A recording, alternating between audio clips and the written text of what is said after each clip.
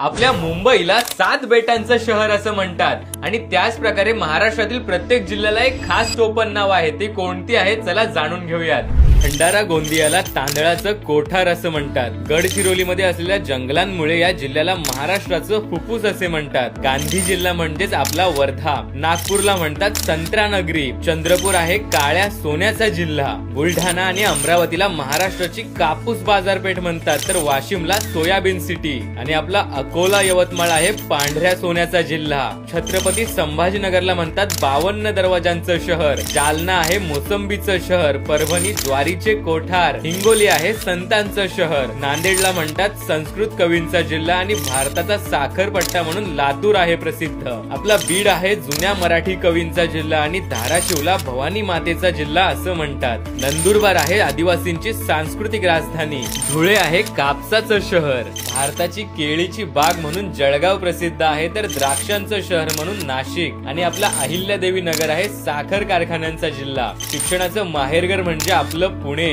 साताऱ्याला म्हणतात शूरवीरांचा जिल्हा, तर वस्त्र नगरी आहे आपलं सोलापूर, सांगलीला म्हणतात हळदीचा जिल्हा आणि दक्षिण काशी म्हणून प्रसिद्ध आहे आपलं कोल्हापूर, सिंधुदुर्ग आहे समुद्र किनाऱ्यांचं रत्न, तर हापूस आंब्यांचं माहेरघर आहे आपला रत्नागिरी, रायगडला म्हणतात तांदळांचं कोठार आणि पालघर आहे पाड्यांचा जिल्हा आणि ठाण्याला म्हणतात तलावांचं शहर। तर तुम्ही हा व्हिडिओ कोणत्या जिल्ह्यातून बघताय हे आम्हाला कमेंट करून नक्की कळवा।